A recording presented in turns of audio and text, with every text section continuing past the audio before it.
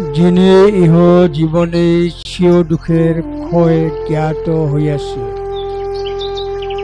যন্ত্রণা মুক্ত, ভাব মুক্ত, সংযোজনহীন, তাকে আমি প্রকৃত ব্রাহ্মণ বলি, অরিহন্ত বলি। ধর্মপদ 402।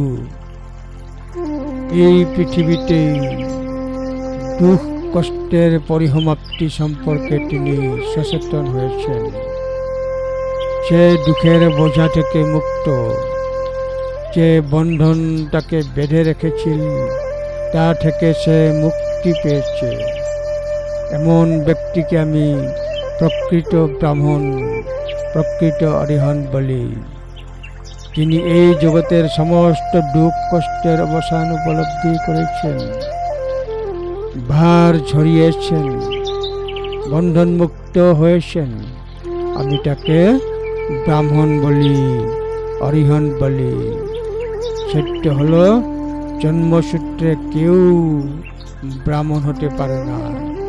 ধর্মপদ 402।